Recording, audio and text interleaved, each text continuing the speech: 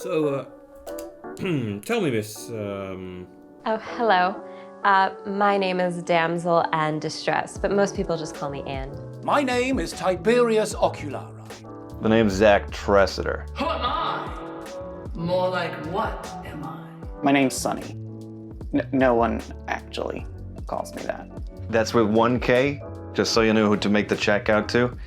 Hi, hey, sorry I'm late.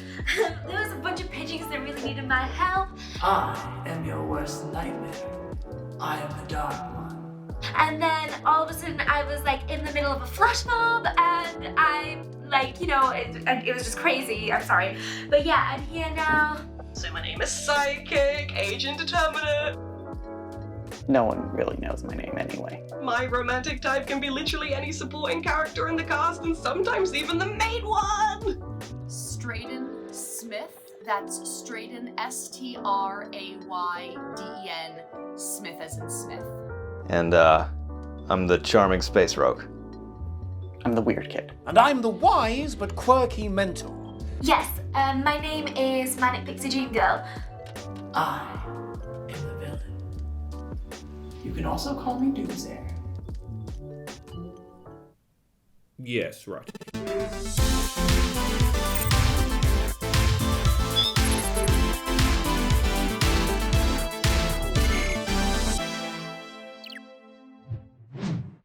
Hey, what's going on, creatives? Welcome back to Leon Unity, the creative community by Leon Films. As always, I am Petros. I'm an award-winning writer, director, and general filmmaking creative type person, both behind and sometimes in front of the camera too. And today, I'm going to give you a few tips on how to advance your character writing. Why do you think that you are a character who is well developed enough to drive our story? If our protagonist needs to learn some life lessons on their journey, then you need someone like me to get them there. Well, I mean, I'm the one who brings all the optimism to the story. I inspire everyone to live their life to the fullest. So obviously, I drive the story because I keep everyone propelling forward towards their goals. Cute enough to get my own wiki page, but still underwhelming enough in the face to be relatable. Listen, let's get one thing straight. I am not here to drive any story. The plot of your story flows from the actions of your characters. These characters can be larger than life. Without me, your story ceases to exist. I will save your writers, so much stress by having the best lines without even speaking. Look at these eyebrows. They can be total nobodies. I'm just here for the money. That's it. I drive the conflict. I drive the interest. I drive the drama. But an important thing is that they feel human. Well, I exist on the outside of everyone else. It's not that I'm not important to your narrative. Sorry, just... I just work better when I'm not the main focus. Leaves a certain air of mystery about me. The way to go about this is through character development, both before you write your first word on the page and during the story itself. After all, without characters who feel well-rounded and developed, we're looking at a story devoid of life and texture. I'm here to sort out all your problems. I'm here for all the lonely guys. I'm the person that Mr. Exposition gets to explain the plot to. I'm here to make their life brighter, to inspire and show them the way. No one else really speaks to me. I help my best buddy, the protagonist. I call him Taggy. I am a single, plucky, professional woman. I am either a junior partner at a prestigious law firm or I run my own handmade greeting card business. To help them learn valuable life lessons in a fun and quirky way. You've never met anyone like me before. So without further ado, here's a few quick tips to write your characters so they come alive on the page. The character A, B, C, D journey. If a screenplay is made up of 3 acts and 8 sequences, then your character should not be one note either. Let's think big picture. Where do you see yourself by the end of the 3rd act?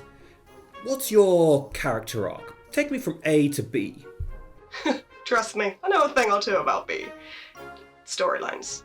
Being a mentor is an occupational hazard in itself. If our protagonist knows everything they need to achieve their objectives, then by the 3rd act I may very well be dead. Oh, well, normally I come from a home where I'm well-groomed, quite taken care of. I don't have any worries in the world. And then I go out for some reason because I don't like being, overbeared and told what to do constantly. And Well, if I go with what you want me to say, I start in a small town where I'm the outsider, and then eventually the thing happens. I've always commended the type of storytelling that takes a character across several beats in the same way a good story structure takes its plot across 3 acts. Oh, I'm sorry, what were you saying? I was just thinking of ways to be even more positive. But along the way, you'll learn the intricacies of how I'm connected to the protagonist and the reason I need to pass on my torch to them. Honestly, the sooner I can get out of here, the better.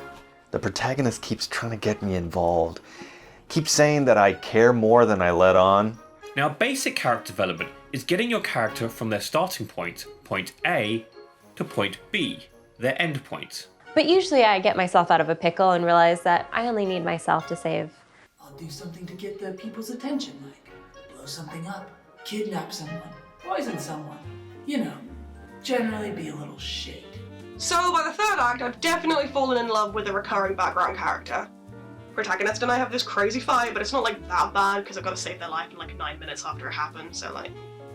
But in my mind, that's often too basic and doesn't reflect the complexities and development of psychology that we as humans go through.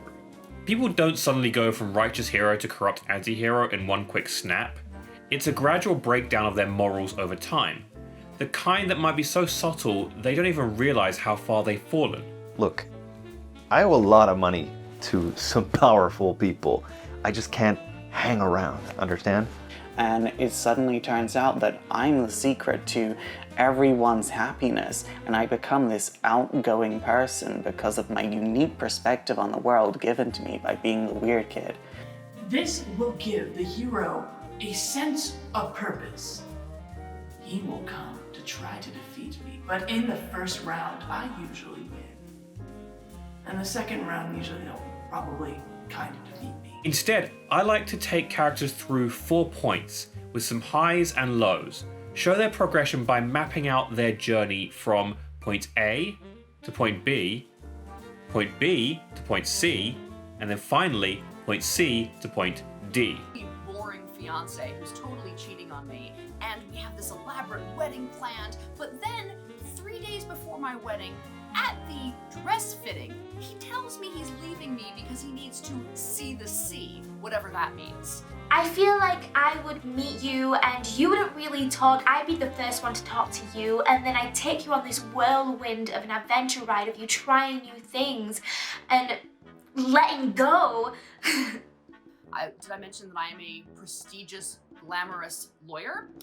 But I usually let the prince save me because every girl needs to know that she can get the prince. If you map out precisely where you want your characters to develop and grow across these 4 beats, then naturally you'll come to realize their journey over time doesn't have to be a sudden change, but more of a human and natural development. But I am always the fan favourite, like 99% of the time, so it's great. Especially when I die, I find that they really root for you after that, so it's kind of like a double-edged sword, which I have been stabbed with before. I don't recommend it.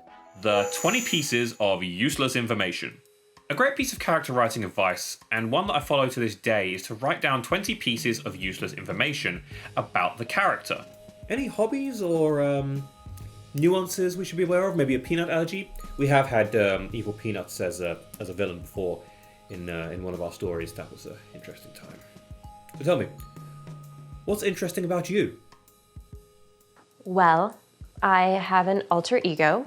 Basically, if you don't give me parents that take care of me, I will be rebellious, do terrible things, and seek vengeance on them for their sins. Well, naturally, as a space rogue, I enjoy all the manliest of pursuits, like piloting my ship recklessly, drinking, smuggling, gambling, crocheting blankets for the elderly, and of course, shooting my way out of tough situations. This is the kind of stuff that isn't necessarily important to the plot or even to their character growth, but by writing it down, 20 pieces of completely useless information about the character, it will naturally imbue them with a little more life. Peanuts? I love them! Could probably win him over. It's very easy to write me as charming. I did have to seduce one once. Drama school was weird. Oh, hobbies. I have lots of them. I like cross-stitching, I like dancing, in public, obviously, just like freely, like woo! Although I'm wise and experienced, I may come across as a bit of a bumbling fool at times, getting distracted by radish farming or training ants to dance a miniature ballet. You mean like fashion, drama, darling? Yes, haha! Those are absolutely things I enjoy outside. I'm glad that you asked. No one ever asks me what I like to do besides destroy the lives of puny-minded people. Let me show you what I mean. Here's a sample piece for a character I used from a fantasy screenplay I wrote. Now, originally this character was just basically fantasy Han Solo rogue type. But through writing down these 20 pieces of useless information, certain lines or dialogue for them changed. Their actions in the script changed. Sometimes they'd be doing something in the background that was completely unrelated to the script, but showed a side of them that wasn't present before giving them those extra layers. Suddenly, his love of pie meant that every time they were in a tavern, I have him shoveling ridiculous amounts of it down his throat, because the rest of the party of heroes are wondering how someone so in shape managed to scoff down so much pie. It had nothing to do with the plot, but that's not the story. Story is the characters. When your characters have quirks and layers, they become that much more interesting to your audience. As for hobbies, I of course love singing. Ah. I'm still working on that tune, but it's just a hobby. Well, that depends. Would you put day drinking under hobbies or special skills? I'm really into practical stuff that all my friends fully laugh at me for, but will really come in handy like 51 minutes or so into the story. I also like to do makeup tutorials. I have quite an amazing online following, about 20,000 people. They also appreciate my snarky comments on celebrity life. I like rollerblading, I like taking photos on my Polaroid camera, listening to vintage music, only vintage and old music. Humans have depth. Give them an accent, a favourite food, a favourite colour, their favourite fashion style. Do they have any brothers or sisters? What was their relationship with their parents like? All these things will give your character, naturally going forward, a personality as you write them in the actual screenplay or novel. Or short story or whatever you're writing. I also really love arts and crafts. One time I actually got a glue stick stuck in my hair, but I wouldn't let anyone cut off my locks, so I just let it grow out. But if you push me or threaten my young companion, then you'll get a taste of my former glory and feel my wrath. Followers, I say, minions of the internet, following me! Also, me and the mentor dude love sprinkling like vague bits of lore so the audience can explore it further in fanfiction, which I don't read. Did I mention that I run my own handmade greeting card business? I've got so many quirks. And yeah, I have a boombox, I have a record player, and I love looking after plants too. I like plants. They all have names. Yeah, I have lots of hobbies. Goals and motivations. Let's go back a minute. What would you say your goal is? What do you hope to achieve in our story? I'm not really looking to achieve anything. You all got me mixed up in this business. I got my own stuff going on. I just want to make you happy. I want to make you smile. I want to make you laugh. I want to make you remember me and all of my witty quips that I say in really uncomfortable situations. I want to see a ghost. Now, this one should be fairly obvious, but it needs being stated. Every character needs goals and motivations to be of any relevance to the story. I may have a personal goal within the story, but the main thing for me is to get our protagonists to the final leg of their journey with all the skills and knowledge they need to overcome their last main obstacle all by themselves. I want to be a voice of reason, but like while walking into a door frame, because I'm all about balance. You need me. Ignore the obvious sexual tension between myself and the man who is renovating my apartment. I'm not really looking to join up with a bunch of misfits on a quest or whatever. My goal is to make you feel better about yourself. Is to make you find romance, make you find love and light in your life. Write a chart, use Excel, Google spreadsheet, whatever, I don't care. What matters is if writing the motivations and goals of the characters throughout the story, this can coincide with the first point about taking your character on the ABCD journey. My goal is to set things right, to make them as they should be. And I will do anything to ensure that that happens. I will remove anyone or anything from my path, as will the hero, which I suppose is why we're probably fighting. I just want to get out of this at the other end with my head still attached and maybe make some coin while I'm at it. Well, my goal is I just want to inspire people, bring them happiness, and make them feel like their dreams can come true. I mean, anything is possible in my world. And to make you think about your own life and your own journey and make you feel like you want to go out there and do it and live your life to the fullest. Note down why they go on their journey, and perhaps more importantly, remember that everyone thinks they're the protagonist of their own story. The hero, even if they're not in your eyes. To make your characters feel real and come alive, they need to believe that they're not just the sidekick, but have their own goals and motivations that feel believable. And tell me, why do you want to achieve this? What motivates you? Darling, I do what I do because I am gravely misunderstood. I'm a product of my own past. Yes, I have problems. Maybe daddy issues, maybe mother issues, maybe somebody who doesn't have a gender issues. Somebody has hurt me, and because of that, I hurt others. Because, silly, everyone deserves to be happy. I mean, where else do you get a happily ever after from? I do all this because I care about the protagonist. I may have promised their parents, or they may be more or less a surrogate child to me, but however I fell into the role, I do what I do because I'm very fond of them. I mean, honestly, typecasting at this point. Like, I've got kids to put through college, or have I? Why do I want to achieve this?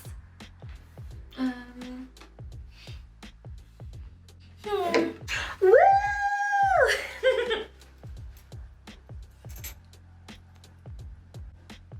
I guess my purpose is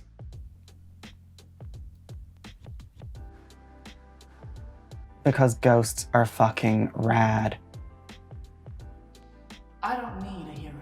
No, I need a therapist! But they're expensive, so I spend the money on layers and fancy gadgets.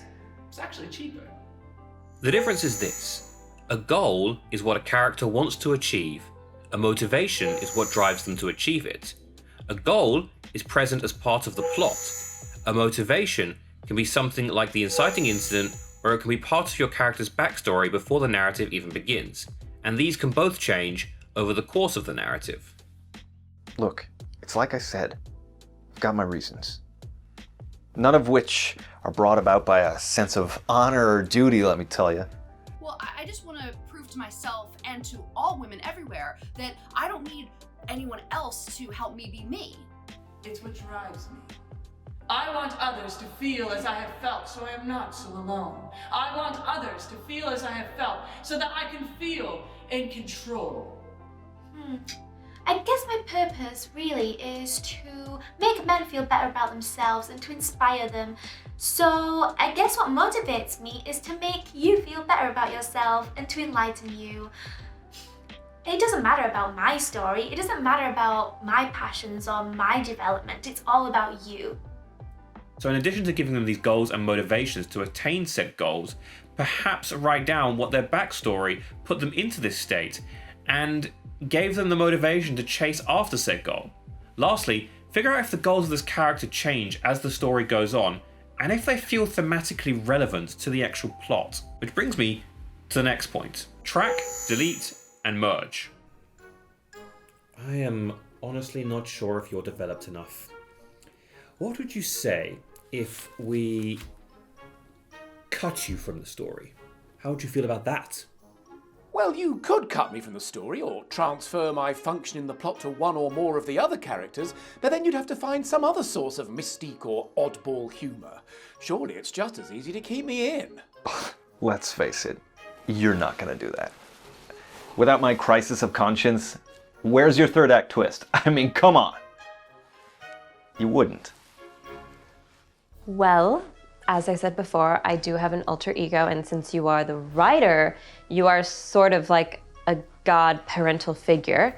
Therefore, I could turn out to be your villain. So maybe don't cut me from the story.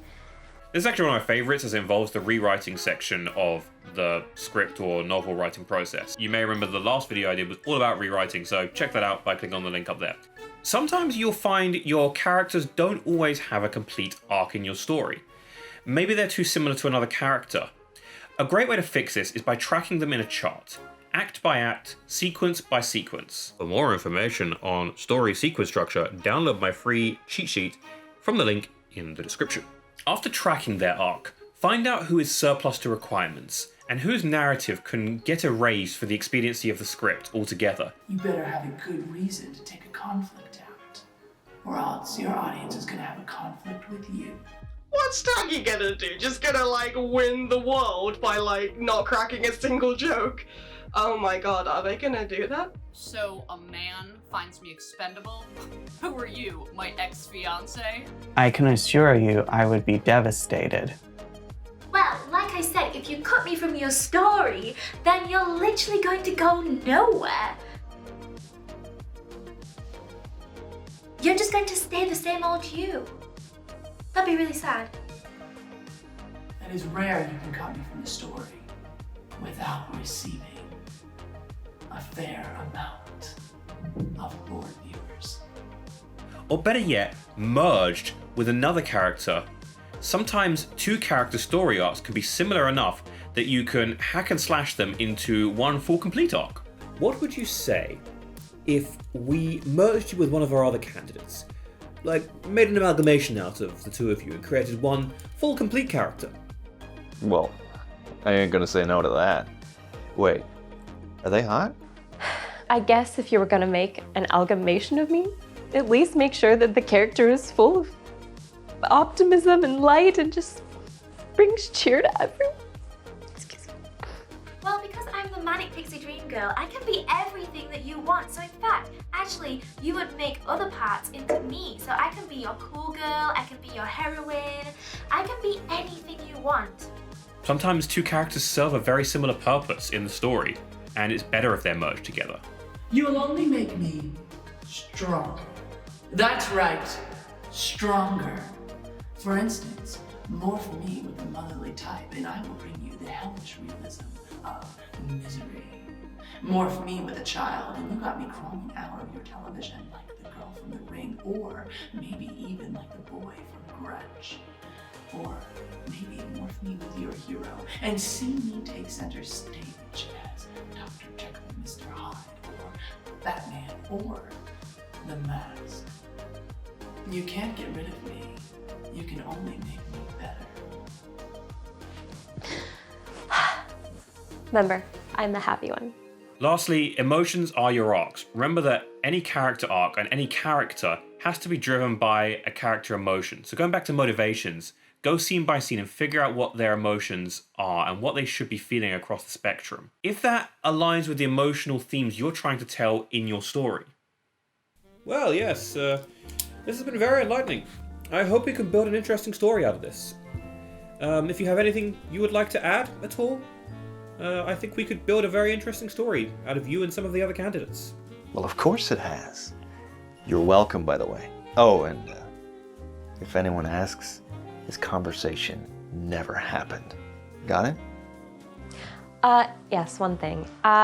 In my contract, I'd like to add that I need an animal sidekick. Ever since I had one in Tangled, I just can't seem to go back from it. I mean, they bring great commentary. Do dogs really go woof? It sounds more like a arf to me. No, I don't think so. I think that pretty much covers it. So if you'll now just lead me to my thoughts. I do have rather a lot to ponder over. Like arf. Arf. Not woof. Yeah, stop shipping Taggy with the villain. It's weird. I'm a far superior hypothetical lover.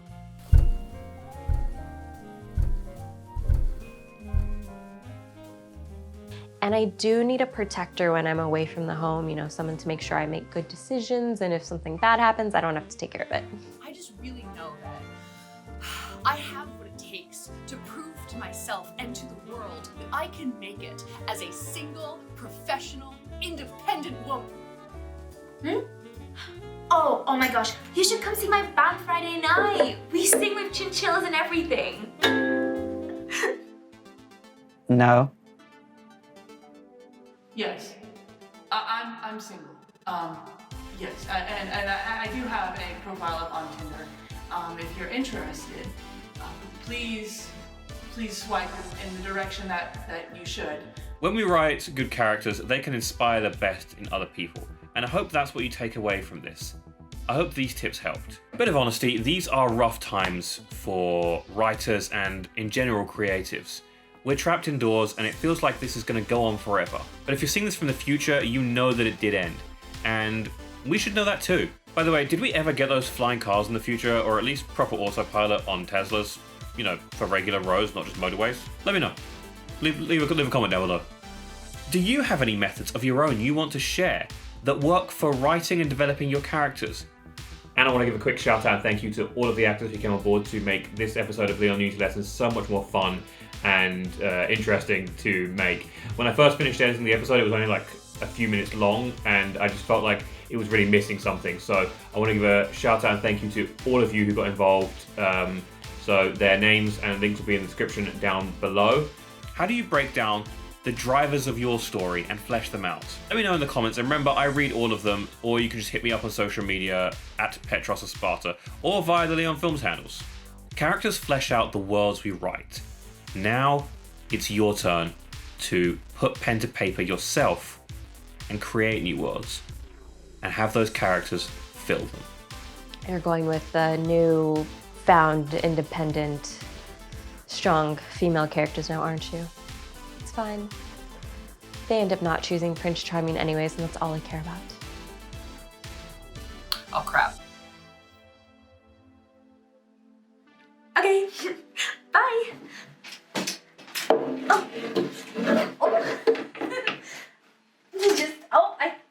Yeah, okay, I'm out.